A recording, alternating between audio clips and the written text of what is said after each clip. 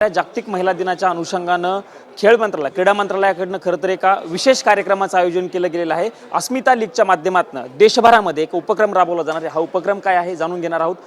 राज्यमंत्री रक्षाताई आहेत माझ्यासोबत। ताई स्वागत आहे TV9 मध्ये। 250 ठिकाणी हा कार्यक्रम करतो देशभरामध्ये। साधारणतः महाराष्ट्रातील कोणत्या गोष्टी असतील हा कार्यक्रम करण्यामागे हेतू काय?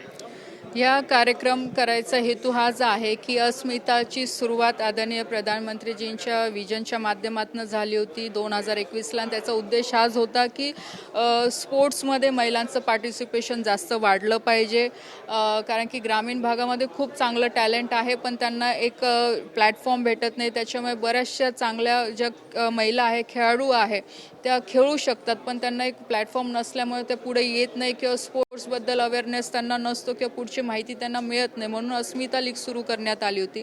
जवळपास मागच्या या 4 वर्षामध्ये 2600च्या वरती लीग्स कंडक्ट केल्या गेल्या आहे। देशभरामध्ये जवळपास 2 लाखाच्या जवळपास पार्टिसिपेशन महिलांचं झालेलं आहे।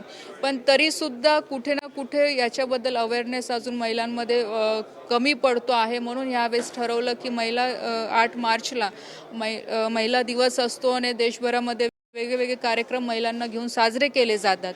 म्हणून यावेळेस आम्ही ठरवलं की स्पोर्ट्स मिनिस्ट्रीच्या माध्यमातून पण आपण कॉलेजेसमध्ये आणि महिलांसाठी हा उपक्रम ॲट अ टाईम सगळ्या देशभरामध्ये राबवा। म्हणजे जवळपास 250च्या जवळपास आम्ही जिल्ह्यांमध्ये हा उपक्रम राबवतोय की एक चांगली संधी महिलांना ह्या बाबतीमध्ये मिळू शकते।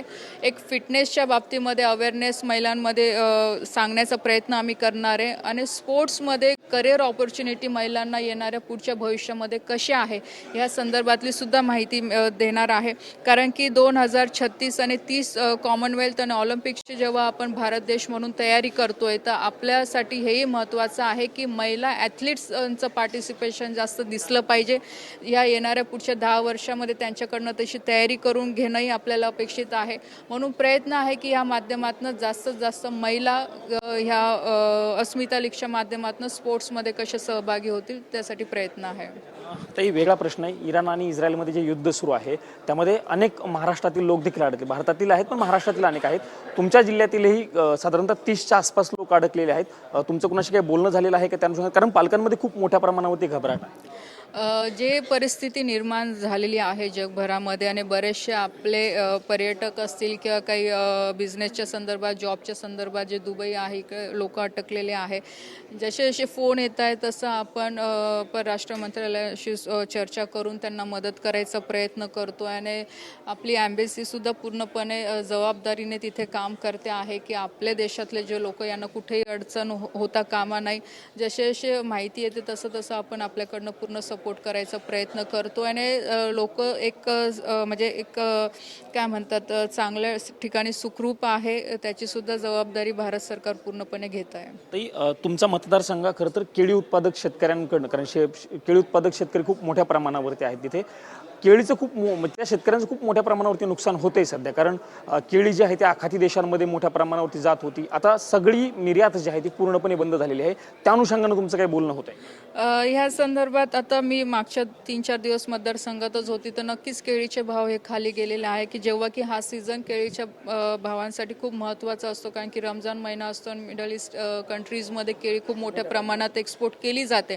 पण ह्या युद्धाच्या परिस्थितीमध्ये कुठे ना कुठे मार्केट डाऊन झालेलं आहे, रेटसुद्धा डाऊन झालेले आहे। पण प्रयत्न चालू आहे की ह्या सगळ्या परिस्थितींवर मात करून शेतकऱ्यांना कसं स्टेबल करून चांगले भाव त्यांना देता येईल यासाठी प्रयत्न चालू आहे। आता शेवटचा प्रश्न, काही खेळाडू देखील तिकडे अडकलेले आहेत का? कारण PV सिंधूंनी पोस्ट केलेली होती त्या अनुषंगाने तुमचं काही त्यांच्याशी बोलणं झालं का आणि इतर कोणी खेळाडू अडकले? PV सिंधूशी काल मी स्वतः बोलली होती फोनवर। त्यांनी सुद्धा सगळी परिस्थिती मला सांगितली पण ते बोलले की आता आम्ही सेफ आहे आणि कंटिन्यू ॲम्बेसीसोबत चर्चा सुरू आहे आणि त्यांना आम्ही हेही सांगितले कधी काही मदत लागली तर आम्हाला तुम्ही कॉल करून सांगू शकता, त्या पद्धतीने आपण मदत करू। पण ते आता सेफ आहे असं स्वतःहून सांगितलं। जे खेळाडू ते सगळे सोबतच आहे आणि त्या अनुषंगाने मंत्रालय प्रत्येकाच्या टचमध्ये आहेच। आता एक अजित पवारांच्या अनुषंगाने, निधनाच्या अनुषंगाने प्रश्न, जय पवार जे अजित पवारांचे पुत्र आहेत त्यांनी एक व्हिडिओ ट्विट केला आहे आणि जो VSR कंपनीचा मालक आहे रोहित सिंग तो विमानामध्ये झोपल्याचं बघायला मिळते। त्यामुळे त्यांनी अनेक खरं तर AIBच्या रिपोर्टवरतीच त्यांनी प्रश्न उपस्थित बघा, मला ह्या संदर्भात वाटतं की अजितदादांची जी घटना घडलेली आहे, अतिशय दुःख घटना आहे. आजही अजून कोणीही त्याच्यातनं बाहेर निघू शकत नाही आहे, कारण की दादा हे सगळ्यांसाठी महत्त्वाचे नेते होते आणि जे काही ह्या सगळ्या गोष्टीला घेऊन राजकारण चालू आहे ते कुठे ना कुठे वेदना देणारं आहे. पण जय पवारांकडनं जो काही व्हिडिओ पोस्ट केला गेला त्या संदर्भातली मला एवढी माहिती नाही, पण जर तशा